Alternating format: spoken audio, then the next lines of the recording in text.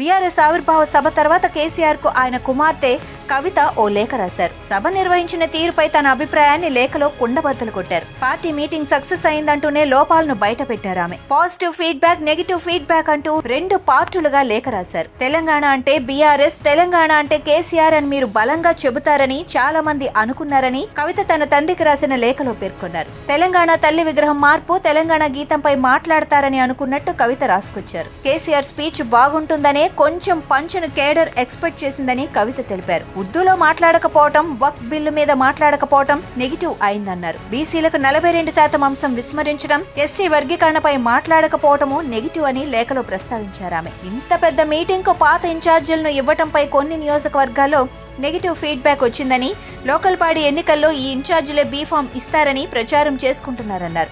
MPTC, ZPTC, ఎంపీపీలుగా ఉండాలనుకునే వాళ్లు రాష్ట్ర నాయకత్వమే B Pharm ఇవ్వాలని కోరుతున్నారని కవిత తన లెటర్లో రాశారు. భవిష్యత్తులో బీజేపీతో పొత్తు పెట్టుకుంటారన్న ప్రచారాన్ని చాలా మంది మొదలు పెట్టారన్న విషయాన్ని కేసీఆర్ దృష్టికి తీసుకెళ్లారు. ఇంకొంచెం బీజేపీని టార్గెట్ చేయాల్సిందేమో డాడీ అంటూ ఢిల్లీ లిక్కర్ స్కామ్ లో నిందితురాలుగా ఉన్న కవిత పేర్కొనటం చర్చనీయాంశమైంది. ఎమ్మెల్సీ ఎన్నికల్లో పోటీ చేయకుండా బీజేపీకి హెల్ప్ చేస్తామన్న మెసేజ్ ను కాంగ్రెస్ జనంలోకి బలంగా తీసుకెళ్లిందని ఆమె ఎత్తి చూపారు. అన్ని చెప్పాక పెద్ద లేఖ రాసినందుకు క్షమించాలని ప్రత్యేకంగా కవిత కోరుతూ అందరికీ అందుబాటులో ఉండాలని కేసీఆర్ ని కవిత కోరటం కూడా ఇప్పుడు బిగ్ డిబేట్ కు దారితీసింది.